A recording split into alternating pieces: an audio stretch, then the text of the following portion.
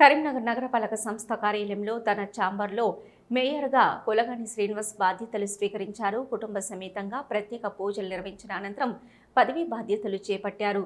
వేసవి దృష్ట్యా ప్రజల తాగునీటి సమస్యలు పరిష్కరించేందుకు సమ్మరి యాక్షన్ ప్లాన్లో భాగంగా విలీన గ్రామాల డివిజన్లో 49 లక్షలతో అభివృద్ధి పనులు చేపట్టేందుకు పరిపాలనాపరమైన మంజూరుకు తొలి సంతకం చేశారు.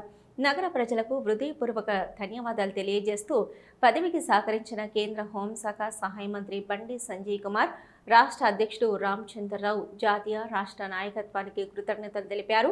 నగరపాలక సంస్థలో తొలిసారిగా బీజేపీకి మేయర్ పదవి దక్కడం శుభసూచకమని పేర్కొన్నారు. డిప్యూటీ మేయర్ యాదగిరి సునీల్రావు, జిల్లా అధ్యక్షుడు కృష్ణారెడ్డి, పాలకవర్గ సభ్యులు, అధికారుల సహకారంతో 66 డివిజన్ల అభివృద్ధి లక్ష్యంగా రాబోయే 5 ఏళ్లు పనిచేస్తామని తెలిపారు.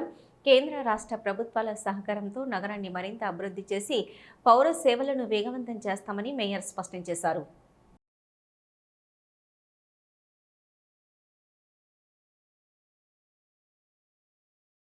నగర ప్రజలందరికీ నా యొక్క హృదయపూర్వక కృతజ్ఞతలు తెలియజేస్తున్నాను.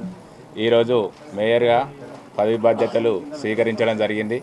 దీనికి సహకరించిన కేంద్ర హోంశాఖ సహాయ మంత్రి వర్యులు శ్రీ బండి సంజయ్ గారికి, అలాగే రాష్ట్ర అధ్యక్షుడు రామచంద్రరావు గారికి, రాష్ట్ర నాయకత్వానికి, జాతీయ నాయకత్వానికి, అలాగే జిల్లా అధ్యక్షులకు, జిల్లా నాయకత్వానికి అందరికీ నా యొక్క హృదయపూర్వక నమస్కారాలు. ఈరోజు ఇక్కడికి విచ్చేసిన డిప్యూటీ మేయర్ సునీల్రావు గారికి, మా గౌరవ కార్పొరేటర్లకు, కార్యకర్తలకు, ప్రజలకు మరొకసారి మీడియా మిత్రులందరికీ నమస్కారాలు. ఈరోజు పదవి బాధ్యతలు చేపట్టడం జరిగింది. కరీంనగర్లో మొట్టమొదటిగా బీజేపీ నుండి మేయర్ పీఠం దక్కించుకోవడం జరిగింది. ఇది చాలా సంతోషం. ప్రజల సహకారంతో ఇది కళ నెరవేరడం జరిగింది. తప్పకుండా 66 డివిజన్ల గౌరవ కార్పొరేటర్ల సహకారంతో రానున్న 5 సంవత్సరాల్లో కరీంనగర్ను సుందరంగా తీర్చిదిద్దే దిశగా మా అడుగులు ఉంటాయని మీడియాకు తెలియజేయడం జరుగుతుంది.